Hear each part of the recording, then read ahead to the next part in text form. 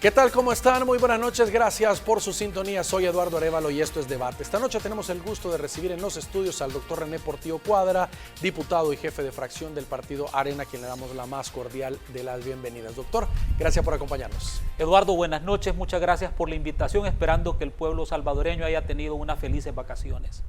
Muy bien, doctor.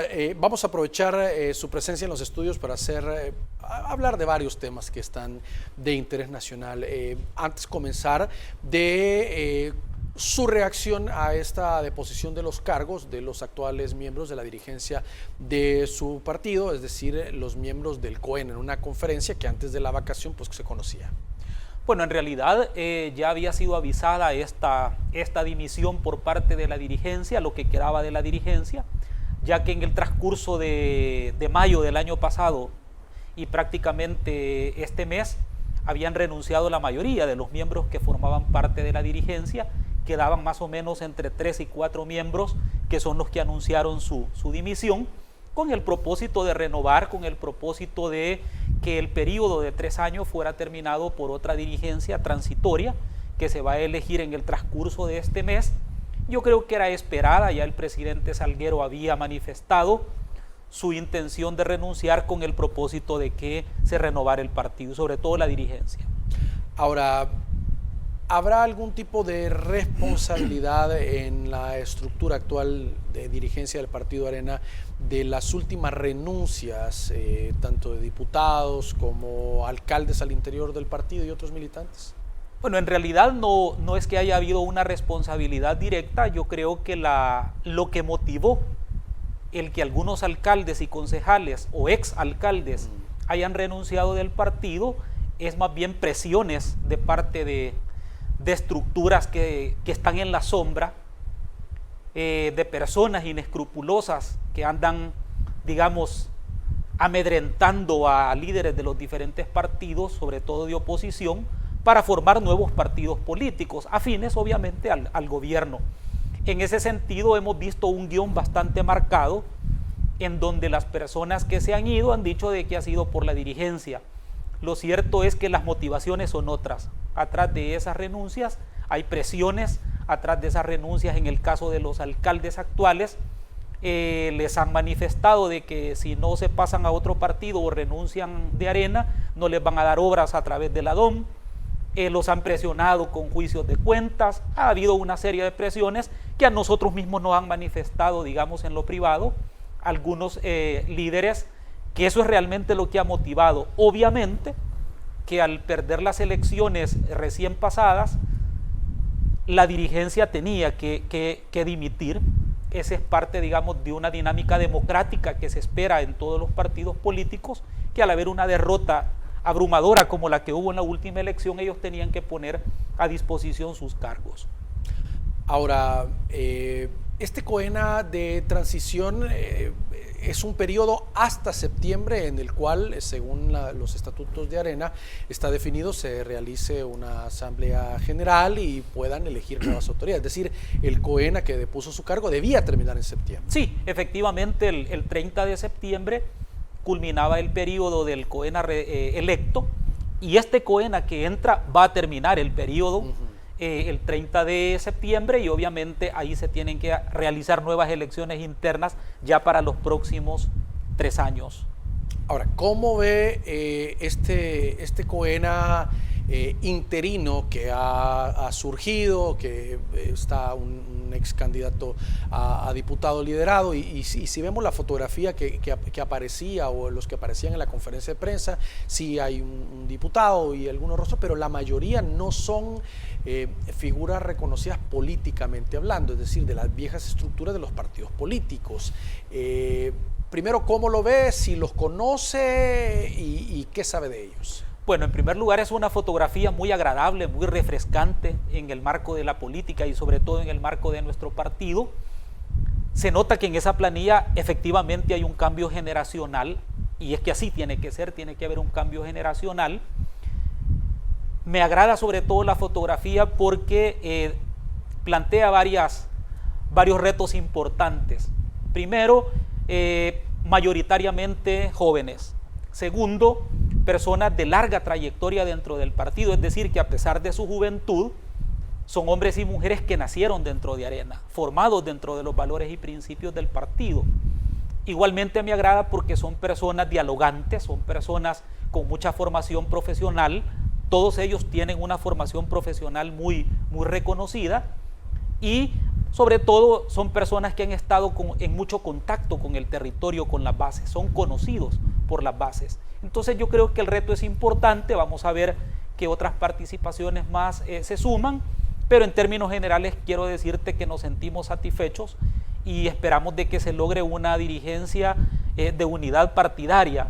Casi siempre las dirigencias tienen características propias. Primero, son representativas de hombres y mujeres. En segundo lugar, son representativas de todo el territorio nacional. En tercer lugar, son representativas de todos los sectores, de los 8 sectores del partido. Entonces hay una cierta diversidad de principios que debe de recoger una dirigencia para que pueda, digamos, ser vista de manera integral y de manera democrática, y esta fotografía lo representa. Ahora, ¿cuál es el paso? Es decir, el COENA actual pues ya terminó, pusieron sus cargos. Ellos asumen, alguien los tiene que juramentar, les aceptan, es la única propuesta. ¿Qué pasa si alguien más dice, mire, no, yo también tengo una planilla y una propuesta, yo también quiero ser de transición, o esto ya está consensuado y no, ellos ya son?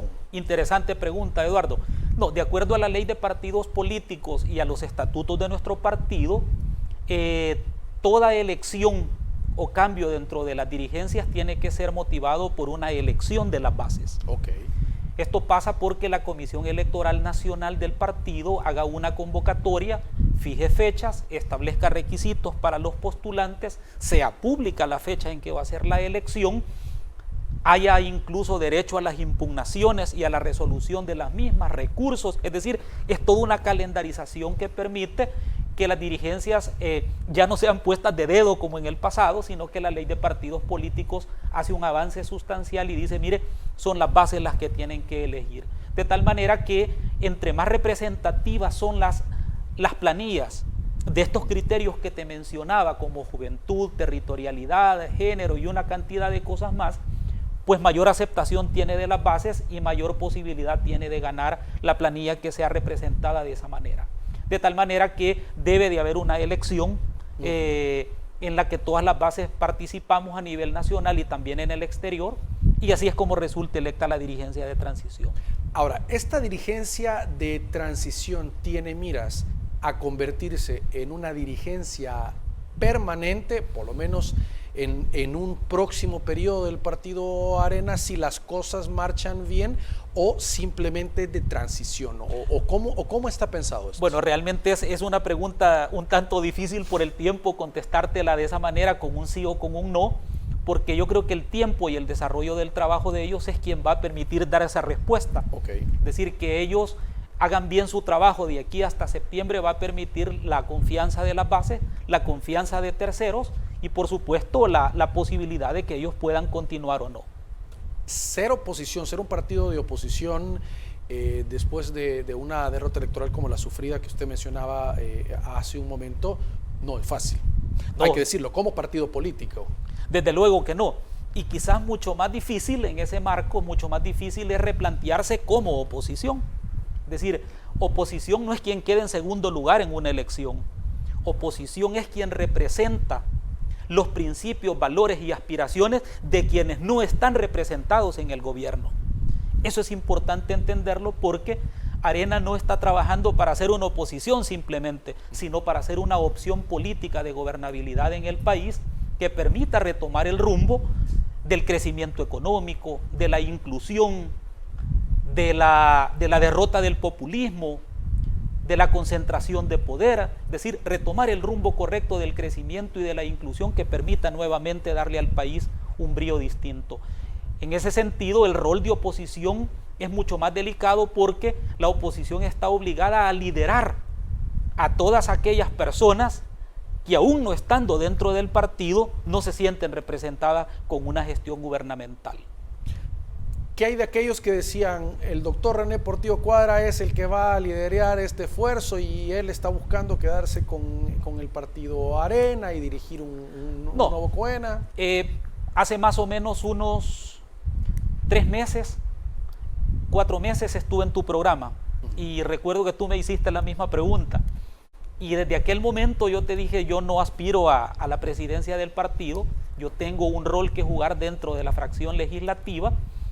Y ese cambio generacional creo que es importante para lograr darle un nuevo brillo al partido y a la dirigencia, y en ese sentido mi rol está directamente dentro de la fracción legislativa y dentro de la asamblea legislativa. Ahora, sé que es corto el tiempo y más que venimos de un periodo feriado, doctor, pero las bases, las estructuras o donde ustedes pues cabildean con el territorio a nivel nacional, ¿qué dicen del nuevo COENA? ¿Se sienten, hay expectativa del trabajo que puedan realizar? He leído con mucha satisfacción algunos comentarios en redes sociales de personas que no son de Arena, que nunca han militado en Arena y que ven en este nuevo esfuerzo, ven una posibilidad real de compactar un partido político de opción ganadora para las próximas elecciones. Eso nos agrada mucho porque creo que era importante que el partido trascendiera más allá de su propia militancia. Obviamente de que había parte de las bases que estaban tal vez no muy motivadas porque decían, bueno, pero la dirigencia ¿cuándo se va a renovar? Ya esa respuesta está dada a través de este proceso. Habían otros que decían, miren, es necesario que pongamos el pie en el acelerador y que empecemos el trabajo territorial. Pero nosotros les decíamos, no podemos iniciar el trabajo territorial si no tenemos una dirigencia en firme. En ese sentido, hay algunos otros que se desencantaron, vieron que después de las elecciones hubo esta derrota y dicen, yo prefiero quedarme en mi casa y no participar. Pero a partir de este nuevo esfuerzo de consolidación de la dirigencia, hemos visto cómo hemos hecho al menos 25 reuniones a nivel nacional en los últimos 20, 25 días, que nos ha permitido escuchar de nuevo ese clamor nacionalista que nos dice vamos para adelante, sobre todo en un momento tan delicado en el que vive el país, en donde hay una incertidumbre y un desencanto social con la gobernanza del país, que la gente dice necesitamos un partido político como Arena renovado, fuerte, con presencia a nivel nacional y sobre todo sin temor a los desafíos que presente este nuevo entramado político. Muy bien. Tenemos que hacer una pausa, por favor, acompáñenos, ya regresamos. Estamos conversando esta noche con el doctor René Portillo Cuadra, jefe de fracción del partido Arena. Ya regresamos.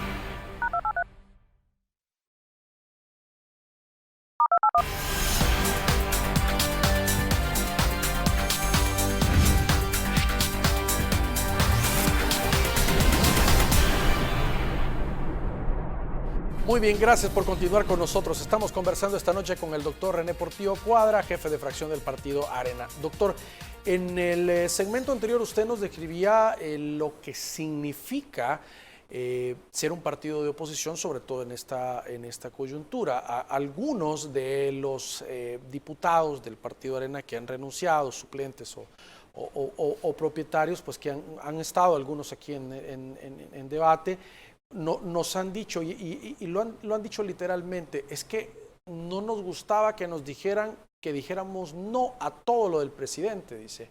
Es una orden que venía y que a veces nosotros consideramos que habían algunos temas que sí debían apoyarse, pero la orden era no a todo lo que viniera del gobierno y nosotros disentimos con eso. Es así, por lo menos a nivel de fracción Arena, había una orden que a todo lo de gobierno decir que no. Los 3 diputados propietarios que han estado aquí, que renunciaron a Arena, también fueron diputados en la legislatura anterior. Y le dijimos a más cosas no en la legislatura anterior que en esta. Entonces eso te revela que realmente no es esa la motivación. Nosotros hemos acompañado las políticas gubernamentales que hemos creído que le benefician a la población. Incluso dentro de los partidos de oposición en la Asamblea, nosotros somos el partido de oposición que más ha acompañado algunas de las decisiones gubernamentales porque las creemos que le van a servir a la población. Entonces, este tipo de argumentos es el que no casa con la realidad porque resulta que se hizo una oposición más férrea, no a todo en las legislaturas anteriores que en esta. Se acompañó, digamos, se ha acompañado más las políticas gubernamentales en esta legislatura. Yo creo que en realidad hay otras motivaciones de parte de ellos que les han llevado a apartarse del partido. Pero yo creo que cada población, cada localidad, cada departamento habrá de juzgar la actuación de sus funcionarios, de por quienes depositó el voto, a quienes les confió el voto y quienes han traicionado esa confianza. Ahora, ¿cómo hacer? Esa va a ser una de las tareas del COENA y la dirigencia. Elegir a esas personas que puedan ser los próximos candidatos y tener esa garantía de decir no va a abandonar las filas del partido. Es una tarea gigantesca por todo lo que hemos visto, no solo en el Partido Arena, pues sí, pero una tarea de decir, esta persona que no al cabo de 3, 4 meses, un año, pues de repente nos diga, nos vemos. Claro, los famosos filtros en los partidos políticos siempre son complejos manejarlos. Los principios y valores con los que la persona se forma son bien vitales para no caer en el tema del transfugismo. Hay personas que al sentirse presionadas por el sistema, por el gobierno, por el Estado, sienten miedo y prefieren mejor dimitir o apartarse del partido que les llevó por temor. Hay otros por los cuestionamientos que tienen. Entonces hay una multiplicidad de factores que hace que la gente no desarrolle el rol para el que fue electo. El tema de los filtros siempre es un tema complicado. No hay una receta de cocina para decir esto es lo que se le pone y así va a salir. No, es bien difícil porque cada quien está formado con principios y valores que vienen desde el hogar. Y a partir de ahí se ve la templanza y el carácter de cada una de las personas para hacerle honor a la confianza que le han depositado sus electores.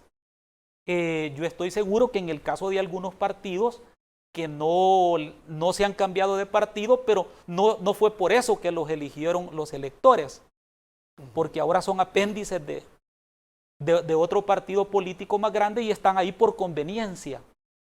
Entonces, este es un tema bien complejo en el cual sí definitivamente la nueva dirigencia tendrá que poner, digamos, más candados, más filtros, fijarse más en quienes van a ser candidatos, sobre todo porque en este momento la población lo que está reclamando es valor, que haya valor para decir las cosas, que no se tenga miedo ante la opresión del gobierno o de una posición gubernamental, que se tenga la entereza moral de enfrentar una situación difícil y yo creo que hacia ahí nos encaminamos.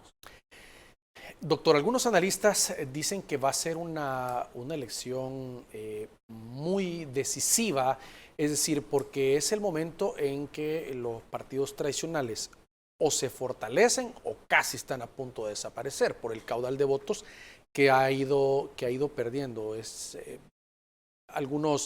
Algunos cuestionan el hecho de decir, mire, la mayoría de votos, pues todo lo tiene Nuevas Ideas, partidos que se han plegado, pero incluso ellos solos tienen más de 43 votos, pero es lo que la gente al final dejó en las urnas. Fue el resultado de la votación del soberano, del pueblo, a la hora de votar. Ahora, el trabajo será pues equilibrar esa canasta en el caso de ustedes, pero al final es el elector que va a terminar decidiendo ese día. Por eso es que ese análisis me parece interesante de decir, o es un todo o un nada, o podríamos llegar incluso a quedarnos casi con un partido único, aunque la ley no lo establece. No, en realidad no vamos encaminados, a no ser que hubiera fraude.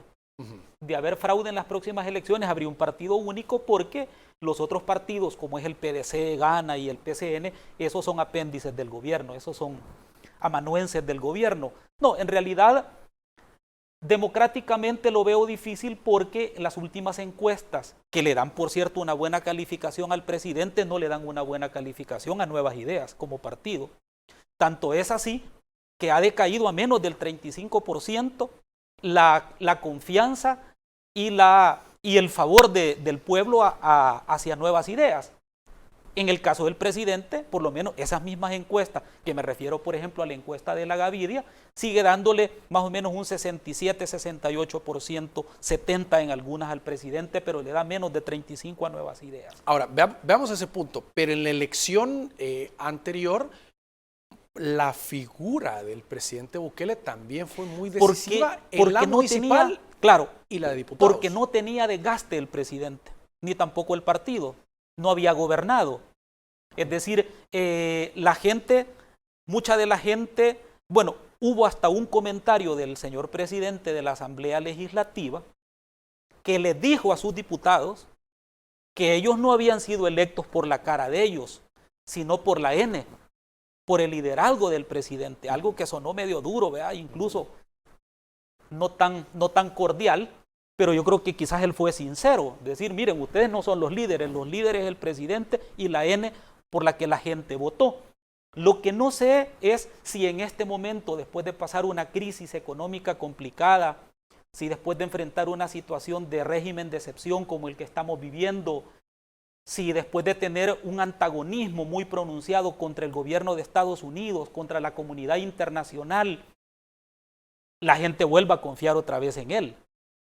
Porque en este momento su credibilidad y su caudal de confianza no es la misma que la de hace un año o 2 años. En el claro entendido de que han habido cosas que a la población no le han gustado. Cómo se ha manejado el país, las decisiones que se han tomado. Y casi siempre la Asamblea Legislativa es un órgano eminentemente deliberante. Entonces la gente espera que haya discusión de los proyectos de ley. Pero si solamente se tienen personas que aprietan botones para satisfacer los egos de otra, pues con eso la gente no está muy satisfecha del todo.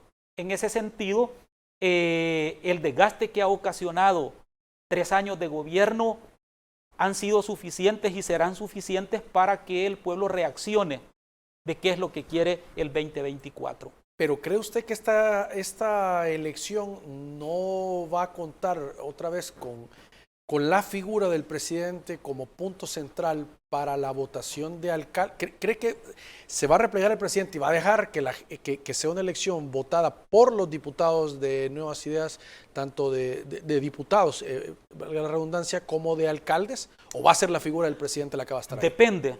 Porque si él pretende reelegirse, acordémonos que el 2024 son elecciones generales, legislativas y presidenciales.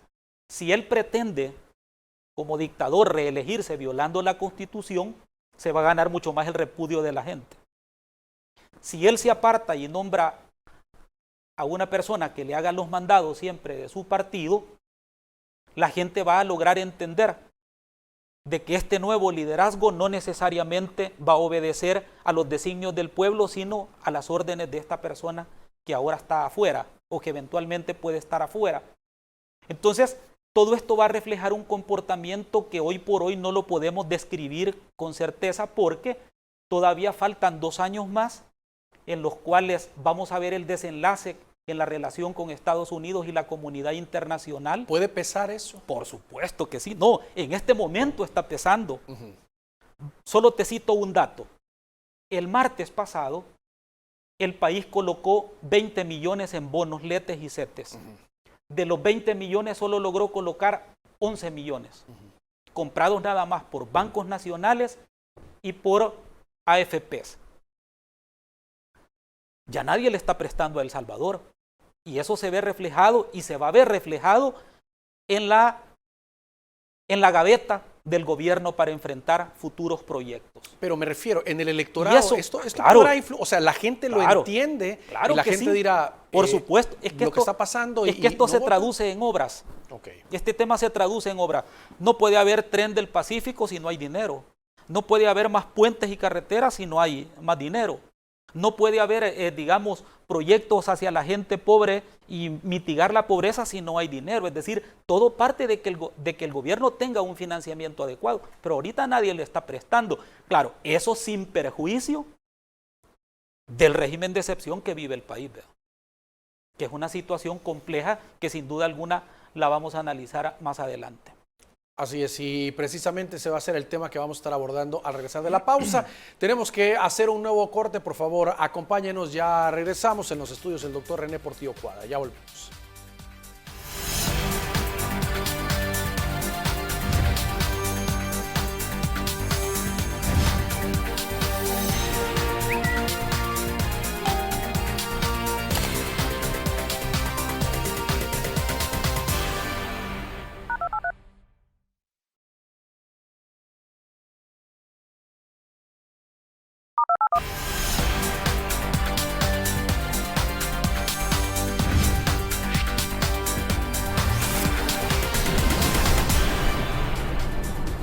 Muy bien, gracias por continuar con nosotros. Doctor, el régimen de excepción contó con los votos del partido Alianza Republicana Nacionalista también a esta medida, pues que era de carácter urgente por un mes en el cual el gobierno pues tiene una herramienta para el combate a las pandillas por la ola criminal que se había estado registrando, más de 60 homicidios solo en uno de esos 3 días violentos que vivimos. ¿Cómo ha visto ese marco legal que tiene el gobierno y cómo lo ha utilizado?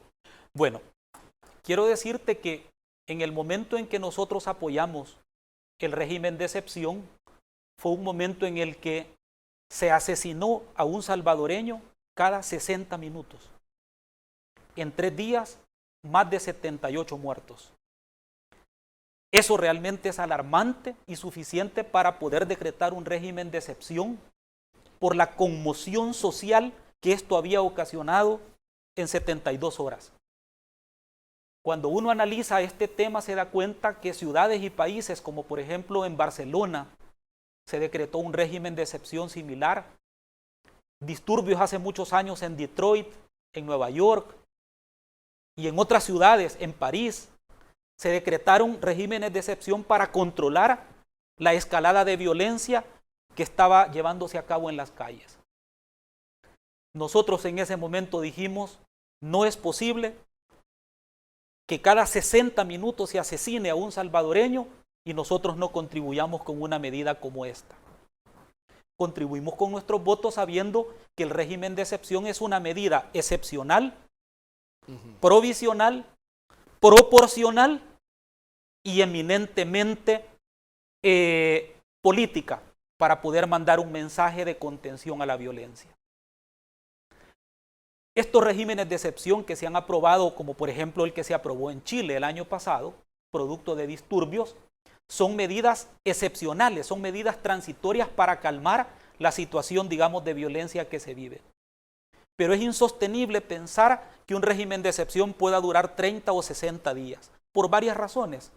Primero, porque a quien golpea un régimen de excepción por más de 5, 7, 8 días, es al mismo gobierno. Es la credibilidad del gobierno la que está en juego, porque entonces eso significa que el gobierno, aún teniendo medidas extraordinarias de poder, no es capaz de contener una situación determinada. Claro, esto sin perjuicio del daño que le ocasiona al gobierno, no solo en su credibilidad, sino en su solidez en la toma de decisiones. Es decir, se ve afectado un gobierno en el turismo, se ve afectado en sus finanzas, se ve afectado en sus divisas, se ve afectado en sus inversionistas, etc. Entonces, generalmente los regímenes de excepción se utilizan para contener la violencia de manera inmediata. Pero una vez contenida la violencia, Se desmonta el régimen de excepción y el gobierno lo que hace es que utiliza las herramientas legales ordinarias para poder enfrentar esta situación. Hay que ser sincero y lo voy a decir con mucha transparencia.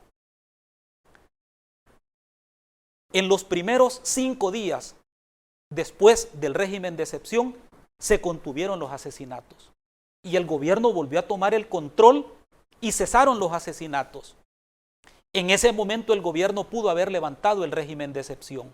Y alguien me puede decir, lo que pasa es que el régimen de excepción es necesario para que ya no hayan homicidios. Es que homicidios en El Salvador muy probablemente hubo en el pasado que no había régimen de excepción, hay homicidios durante el régimen de excepción y muy probablemente puedan haber después del régimen de excepción. Pero el régimen en sí mismo no es capaz de detener la violencia, sino que tienen que haber otras herramientas adicionales de prevención que mitiguen lo que motivó la violencia. Quiero aclarar un punto. En este momento, el régimen de excepción como tal es innecesario, porque las medidas y reformas legales que se aprobaron en la Asamblea Legislativa son superiores que las del régimen de excepción. ¿Y un régimen de excepción se puede levantar aunque esté decretado para 30 días? Claro, por supuesto que sí, porque la Constitución lo que dice es que se debe de levantar el régimen de excepción cuando desaparezcan las causas que lo motivaron. No depende de una fecha, sino de las causas que lo motivan. ¿A qué me refiero con esto? A que el régimen de excepción es más débil que las reformas penales que se aprobaron. Es decir, las reformas penales y procesales que se aprobaron son mucho más represivas que el régimen de excepción. Las que se aprobaron sí, posterior al régimen de correcto, excepción, las últimas aprobadas. Claro, Okay. y te lo quiero comprobar esta aseveración. Solo para aclarar algo a los televidentes, esas aprobadas no son permanentes, esas son reformas a los cuerpos legales que quedan vigentes. Quedan permanentes. Okay. Y aquí es donde viene el tema. En un régimen de excepción, particularmente en el que se aprobó en la Asamblea, dice que al imputado no necesariamente se le tiene que informar de su detención al momento de hacerlo, no necesariamente puede tener un defensor al momento de su captura. Dice además que la detención administrativa puede exceder hasta de 15 días y ya no de 3 días o 72 horas. Eso es en el régimen de excepción, pero en las reformas a los códigos penal y procesal es mucho mayor y más drástico que lo que te acabo de leer. ¿Por qué? Porque en las reformas penales que se aprobaron dice que no procederá a aplicar medidas alternas a la detención ni sustituir la detención provisional. Es decir, que una vez capturada una persona, se va en detención provisional, no 15 días. ¿Hasta cuánto se puede ir? Dice el Código Penal que puede ser 6 meses y en delitos graves hasta 6 meses más. Es decir, él puede estar detenido 1 año en detención provisional. Es mucho más drástico que el régimen de excepción. Por otra parte, en el régimen de excepción hay valoración de la prueba. Se valora para detener a la persona, una vez consignado ante el juez, se valora el grado de participación que ha tenido, si ha sido autor, coautor, cómplice necesario, instigador. ¿Cuál es el grado de participación que ha tenido? ¿Cuál es la acción o la omisión delictiva que cometió? Pero en las reformas penales que se aprobaron hay una presunción de culpabilidad y no una presunción de inocencia. ¿Por qué? Tú leíste esta mañana una noticia que decía de que en la Procuraduría se le está pidiendo a los familiares que presenten recibo de agua, recibo de la luz, carta de trabajo, constancia de estudio de los hijos, constancia de estudio del detenido. Son 20 documentos que les están pidiendo. ¿Quién está probando su inocencia? La persona detenida, porque la Fiscalía no es capaz de probar su culpabilidad o su presunta participación en un hecho delictivo. Por otro lado, en el régimen de excepción se valora prueba y se valora también los grados de participación probable de la persona detenida, pero en las reformas penales hay una en particular en donde se penaliza la pertenencia a la pandilla. No se penaliza su acción o su omisión delictiva, sino la sola pertenencia. Con solo que se compruebe que esta persona participó o es miembro de, esta persona va 30 años a la cárcel. Entonces, cuando uno analiza una por una las medidas del Código Procesal Penal y Penal, se da cuenta que son mucho más drásticas que el régimen de excepción. Entonces la pregunta es, ¿y si eso es así, para qué necesita un régimen de excepción? Quédese con las reformas penales y procesales que aprobó, porque son mucho más drásticas que esto y son de carácter permanente, y el régimen de excepción es temporal.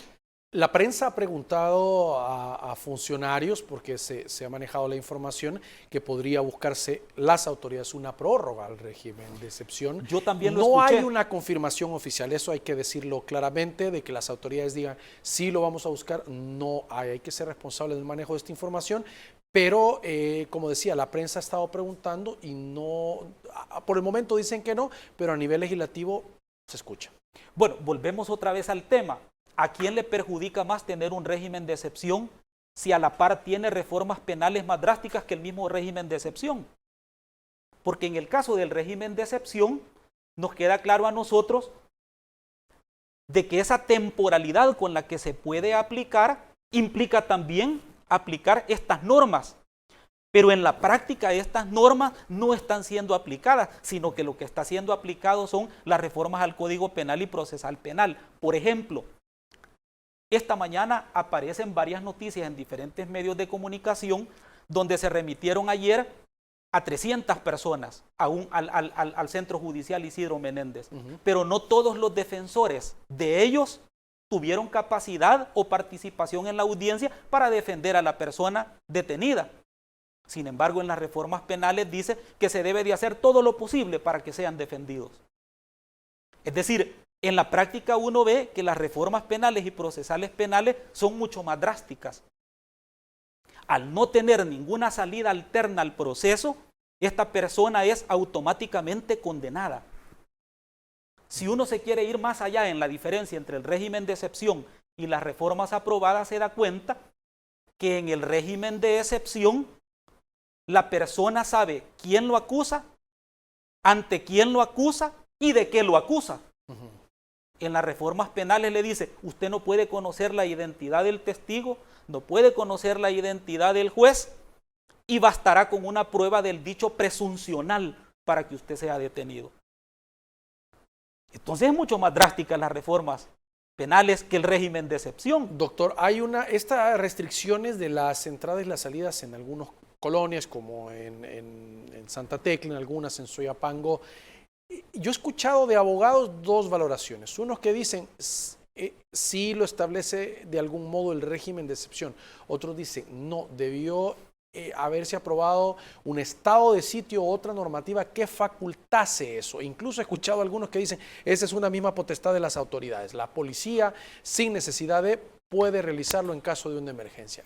Sí. ¿Cuáles? En realidad, en el decreto del régimen de excepción solamente se establecen 4 derechos que se iban a intervenir o a modular, que es el tema de la correspondencia y las comunicaciones, el derecho de reunión, el derecho de defensor desde el inicio de las diligencias y el tema de la detención. En ningún momento está considerada el libre tránsito, ni tampoco está considerada la intervención de la libertad de prensa y la libertad de información.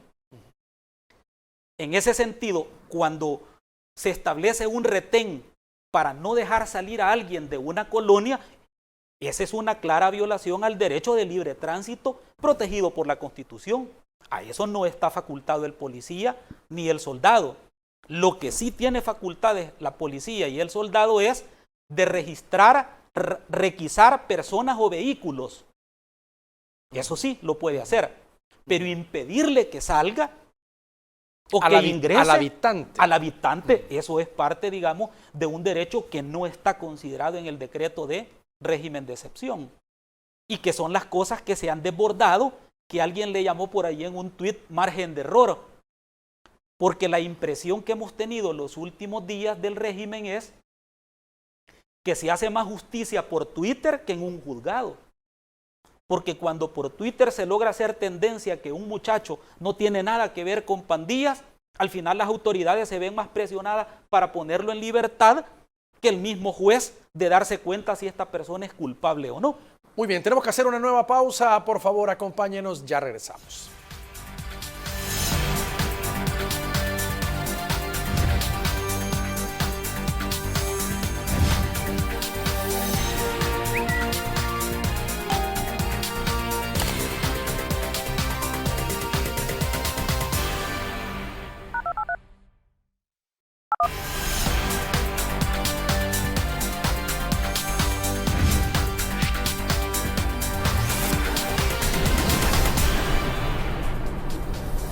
Muy bien, gracias por continuar con nosotros.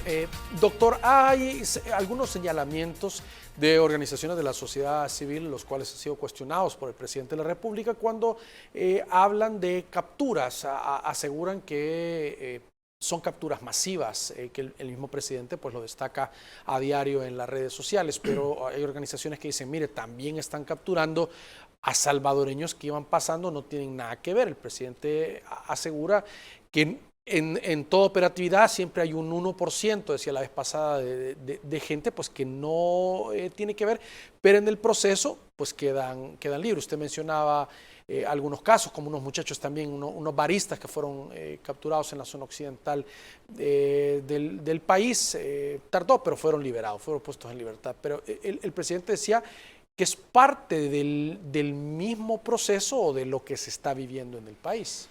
En un Estado de Derecho, jugar con la libertad o especular con la libertad de una persona no es margen de error, es un fracaso del Estado. Porque el Estado está diseñado para todo lo contrario, para proteger a la colectividad. Y los muchachos estos baristas no fueron liberados porque se dieron cuenta que no tenían nada que ver, se los pusieron en libertad por la presión en Twitter que se desarrolló y que ni modo se vieron presionados a soltarlos porque eran trabajadores, igual con un muchacho graduado de diseño gráfico de la ESEN, que la presión en Twitter logró que al muchacho lo dejaran en libertad. ¿Cuántos casos de esos habrán cuyos familiares no tienen acceso al Twitter y a denunciarlo?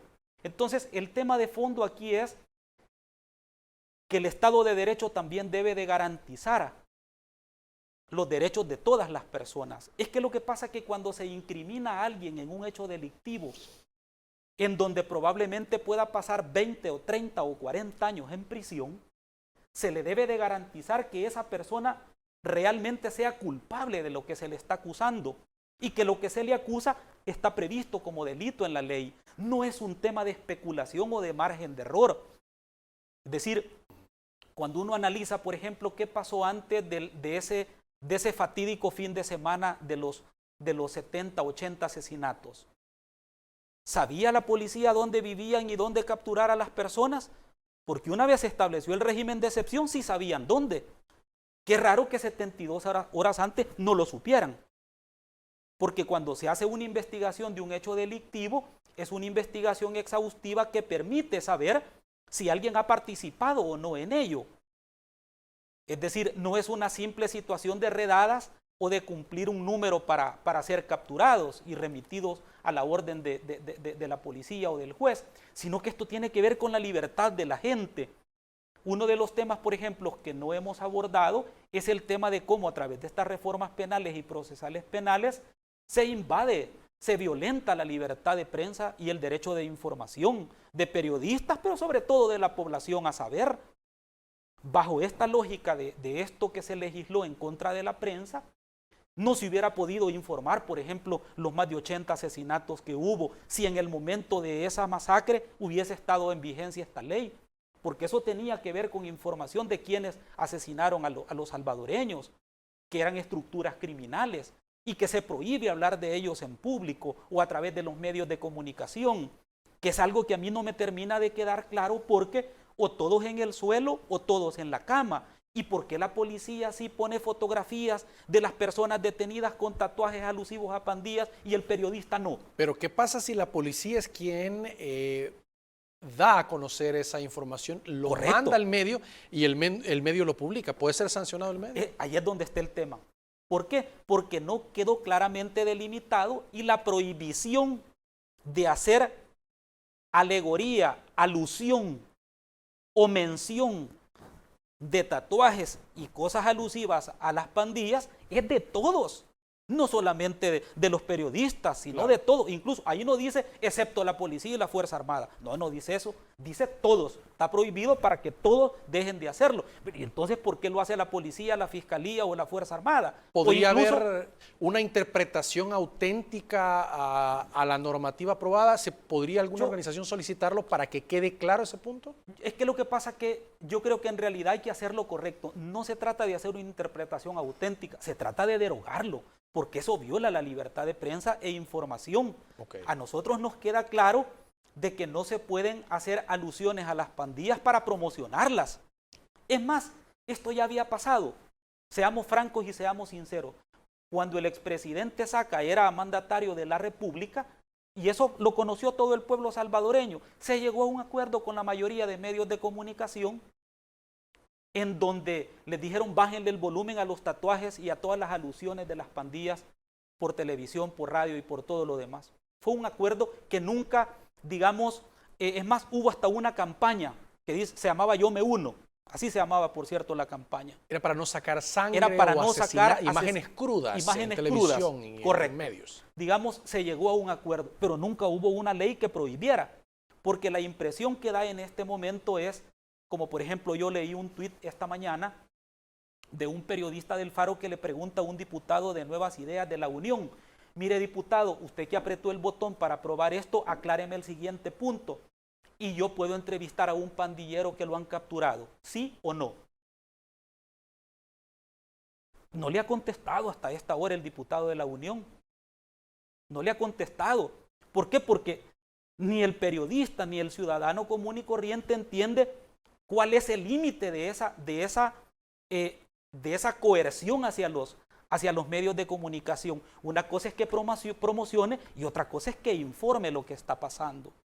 Y si va a informar de lo que está pasando, pues deberían también de quitar todos esos tweets y todo ese montón de cosas de las redes sociales que también están promocionando la misma policía y la misma Fuerza Armada, fotografías de personas con los tatuajes en el pecho. Ahora, está prohibido, ¿no? Lo que he escuchado de las autoridades es que dicen, no, es la información que viene de las pandillas, es decir, información que pueda filtrar las pandillas y que algún medio pueda replicar. En realidad no, esa es una de las 5 formas que establece el tipo penal. Y cuando digo una de las 5 formas, es porque no solamente está prohibido el que ellos retransmitan mensajes de las pandillas, sino que hagan alusión a simbología propia de las pandillas. A través de un tatuaje, por ejemplo. Correcto, entonces está prohibido. Entonces ahí es donde yo creo que realmente se desbordó. Han habido pronunciamientos de organizaciones internacionales muy serias, el mismo secretario de Estado de Estados Unidos, de organizaciones de derechos humanos y de libertad de prensa en el mundo, en América Latina. Es decir, la situación es grave porque una cosa es combatir las pandillas y las estructuras criminales, con lo cual nosotros estamos de acuerdo y por eso dimos el voto por un régimen de excepción que contuviera esta situación, pero no que esto se transformara en una situación de desbordar los derechos de la ciudadanía, ni mucho menos de conculcar los derechos de la libertad de prensa y de información, porque ahí es precisamente donde nos parece que no es un margen de error, sino que es una distorsión total de lo que se aprobó. Otro de los cuestionamientos que se ha hecho de parte de algunas organizaciones es el tema de las medidas adoptadas en las cárceles. Obviamente hay un hacinamiento en las Bartolinas y en las cárceles del país, pero los mensajes que ha mandado el presidente, sobre todo uno que dijo que si seguían matando no iba a haber ningún tipo de alimento para los miembros de estas estructuras, ha generado mucha reacción, sobre todo a nivel internacional. Sobre eso lo único que te puedo decir, Eduardo, es que quien determina las condiciones de las prisiones y la forma de cómo una persona guarda prisión es un juez de vigilancia penitenciaria a través del debido proceso legal, no un funcionario del Ejecutivo. Eso es lo que la ley dice. Si no les gusta, cámbienla, tienen la correlación. Pero eso es lo que hoy por hoy dice la ley. No es centros penales. No, lo hace directamente un juez de vigilancia penitenciaria habida cuenta de la situación de cada una de las personas detenidas. Ahora sí hay un o sea, sí se ha visto un régimen mayor, incluso la misma policía ha subido fotos de la forma en cómo están siendo trasladados y todo el tipo de movimientos que se está teniendo, la condición en los centros, incluido el de máxima seguridad, es una realidad. Sí, por eso te digo, lo único que sobre ese punto te puedo recalcar es eso que dice la ley. Si no les gusta lo que dice la ley, cámbienla, deróguenla, refórmenla, pero hoy por hoy eso es lo que dice. Ahora, hay una apuesta, dijo el presidente, que se iba a construir más cárceles. O sea, el panorama, digamos, en los mensajes que ha puesto no es esto ya va a controlarse, ahorita vamos a las audiencias, sino va más allá. O sea, si están hablando de la construcción de nuevos centros penales, es una situación que parece va más a largo plazo, doctor. Es que lo que pasa que hay que anotar un punto. Es que lo que pasa que el combate frontal al crimen organizado era una necesidad. En eso estamos de acuerdo todos los salvadoreños. De hecho, nosotros contribuimos con nuestro voto sabedores de que esta situación tenía que desmantelarse tarde o temprano. Pero no es necesario violentar el derecho de aquellos y respetando los de otros. Es decir, ¿por qué? Porque en realidad lo que se tiene es que con las herramientas legales que ya la legislación daba, era suficiente para poder hacer, digamos, una investigación exhaustiva y poder desmantelar los grupos criminales. Pero cuando ya esto se exacerba, e incluso el señor presidente de la República, no sé bajo qué circunstancias, le dice basura a un periodista, ya eso ya se sale de toda lógica normal. Es más, yo dudo que tal vez él lo haya redactado de manera personal, porque la investidura de mandatario no le da para eso, pues, para tratar a un periodista de esa manera, sobre todo alguien que estaba haciendo un trabajo técnico, profesional. Entonces, cuando ya se desborda en contra de la prensa y en contra del periodismo investigativo, ya la cosa entonces ya adquiere un nivel, digamos, de violencia mayor, porque ya se está atentando contra otros bienes jurídicos. Yo creo que sí era necesario y sí es necesario que se siga combatiendo el crimen organizado, pero bajo el respeto del Estado de Derecho y de los derechos humanos. Doctor, gracias por acompañarnos esta noche. Muchísimas gracias, Eduardo. Buenas noches al pueblo salvadoreño. Y gracias a ustedes por su sintonía. Que descansen su cita con nosotros el día de mañana. Les esperamos.